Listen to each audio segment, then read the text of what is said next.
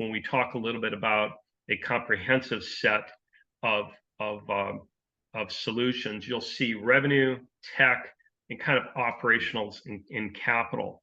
We cut across. We have about 110 people in the company today and growing. We look horizontally, and we spend a lot of time with the president and the board because we know revenue is an issue. We know that, and we know revenue diversification is an issue. So we have very deep skill sets. Well, there might also be 10 other vendors there, but we also, when you get into this, we have corporate people, B2B, for business to business, setting up corporate relationships for our partners. We get them into revenue diversification. We have a full workforce development platform with 50 certificates that can be used by our partners. All of the margin goes to them, no rev share. And then inside, we have very deep technical skill sets. So when we look across like what we'll call revenue technology solutions, and then going over to the right where we talk about workflow. Workflow is critical, and this is an area that probably 95% of colleges really haven't looked at, and we have a lot of people who understand workflow. It's how things get done. What are the operating rhythms that need to change inside of an organization? What operational rhythms that are now non-competitive, out of market? How do they impact technology? Okay, and then how can we get better yield? And so sometimes people might ask, well, should I hire another rep? Should we add some more programs? Should we expand marketing? And we said, why don't you look at your workflow first, and let's get the tech working. And if we need to put more money in marketing, we will. Let's make sure what you're doing is right. So what we do is we can cut across that. We get down as deep into capital strategies, venture philanthropy, and from one organization, and this is where it's so important, we can do this as a partner and a long-term partner. So a lot here. You're not a consultant. You don't just swoop in and give the leadership a report or what have you, right? No, we'll talk about prosperity studies. We're there to help and get it implemented. Yeah. So this is it's like adding really talented people to your staff, people you could never afford to hire on your own, to come in and do a lot of the analysis and then the implementation side by side with you.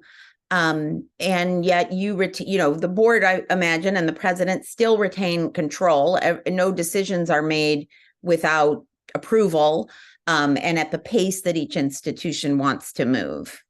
That's right, 100%. We work for our partners. We're part of their team. We're guests in their home. But at virtually all of our partners, we're actually part of our people are integrated in.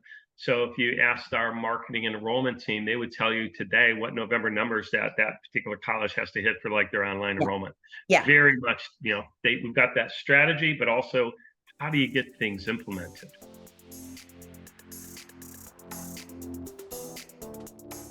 It's all about going deep, because what will happen now, like we can hire a couple of incredible workflow people that one college could never afford, nor do they need them full time. Right. And to be able to get in and show all of the things that are broken, all the links, all the systems, and then say, okay, we're going to help get this fixed with you. We're going to help it. If you have a technology issue, we'll help you stabilize. Okay, we'll actually get the doing done with you. So it's an ongoing relationship that we have with the partner.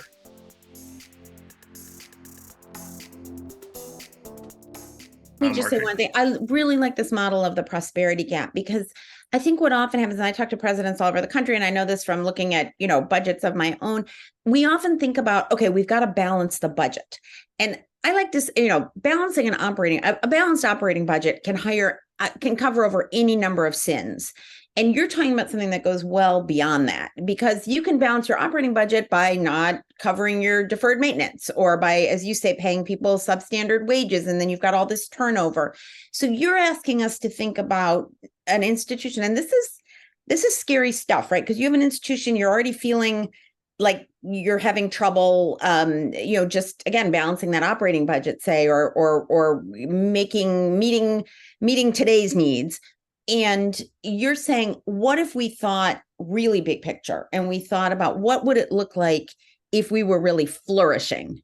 And then you help us think about that. That's a change in mindset that feels both empowering, but also a little overwhelming. It is both, but it's critical, because if too many organizations are thinking so small and so incremental that it literally guarantees them that they'll probably never survive, right? Yeah. Because they underinvest to balance the budget. And we understand that, run businesses, we understand what we have to do. But what happens when you do that 5, 10, 15 years, you basically have kind of ruined your competitive position, and you're just spiraling downward. So what happens is that we'll then translate that into the amount of margin through growth, and cutting your cost doesn't actually improve it, it worsens it. But what happens, it's a little daunting, but it's okay, because if you have your number and it gives you where you have to go, and if you get 50% there or 75% there, you're going to be in so much better position than you are today. But the problem is that we're thinking so small that even if we're successful, we're going out of business.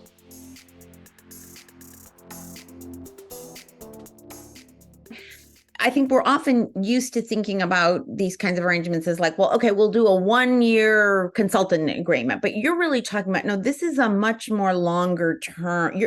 You're talking about being a long-term partner, that once you decide on a way to move forward, part of what makes the solutions you're going to suggest doable is they don't require that you then go out and hire 15 specialists to start a graduate school.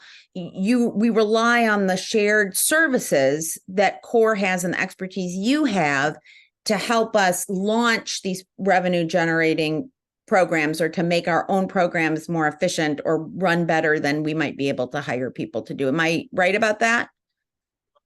That's my consulting, because we get things done. If I were to do 80-20, in the very beginning part, it's probably, beginning, meaning the first 60 to 90 days, including the prosperity study, it's probably 80% strategic, right?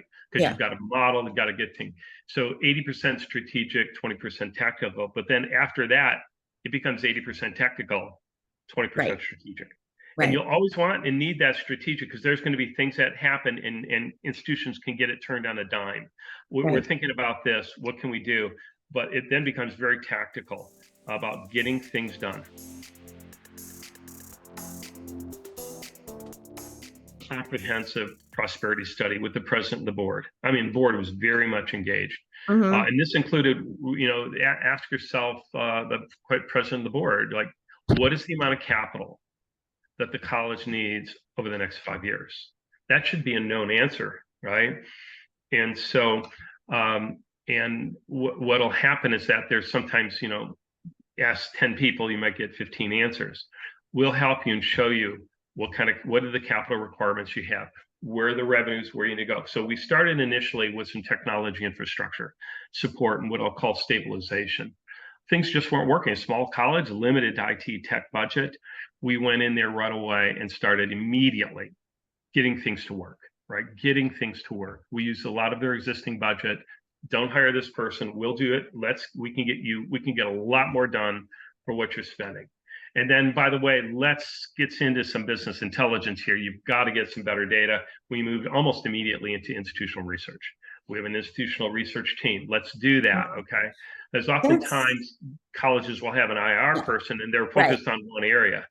No, and your IR person spends all their time just filling out federal compliance forms, right? There's no time to really do real institutional research and then bring that to bear on closure. And I know this because boards are used to business intelligence, and they'll come in and they'll say to the president, well, what does it cost you, to offer a major in philosophy to 2 students? And you're like, I don't know how we would even answer that question. It's too complicated. And you've got the expertise to answer those kinds of questions for institutions. Exactly. Yeah, and then really we moved relatively, probably within about 4 months, because we already had outlined in this prosperity study, we moved into workforce development credentials and certificates that had and did get faculty approval. Again, Seaman, we're not here talking about cutting. They had cut so much, just like a lot of colleges, we're already cutting. Really, we're going to cut more. Now, it's not to say that, maybe there's 10% or 20% of the colleges need to do some cutting. But we then started moving into workforce development. They leveraged that platform. And I always say to people, who gave Greensboro College the right to have, 20 healthcare certificates? They're not known for healthcare. Well, yeah, they are now, right? Yeah, and they get right. revenue every single day. And we're moving in. We implemented B2B. Nobody knows core at all. The employees know core because we've got people on the inside with them. Then we expanded into supplementary support of campus enrollment, okay, focused on yield and matriculation. And then all of a sudden they said, look, we don't even want to hire any more tech people. Just take our tech over, right? That was maybe about a year and a half down the road. We run everything now. Now what we're doing is we're expanding and getting them and helping them with real estate strategies and non-banking financial alternatives. Okay, like wow, where do you get that? We have that capability. We're now also expanding, getting ready to expand their online program offerings. So you can see how different it is, but yet they have an operating partner that they can go to and literally pick it up the phone and say, I want to look at this. I'm thinking about that. Or you told us about that. So, right.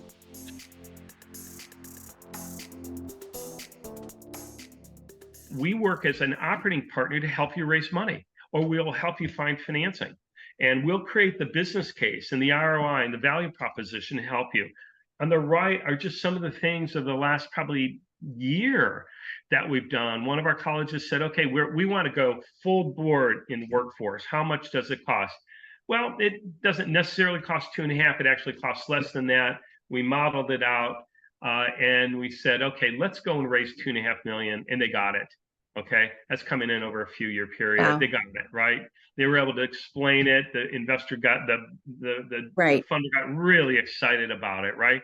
We helped another institution expand their line of credit, right? Because they brought us in, we showed them the model, what the plan was going to go forward.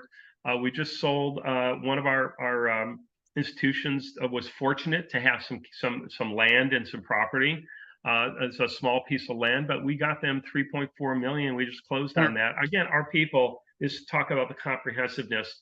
We just have we're in the process of what happens is oftentimes a lot of the real estate handles are done locally. And we're saying, no, let's do them nationally. We'll help you get more money. We've got people who know how to do that. We just received a $20 million, just this week, $20 million revolving line of credit for one of our, it's a term sheet. We're moving it through that. But so this is how a partnership works. I mean, and we will help you with your campus enrollment yield. We'll help and move your technology. Just think about everything, because that's what we're trying to do, is generally be your partner.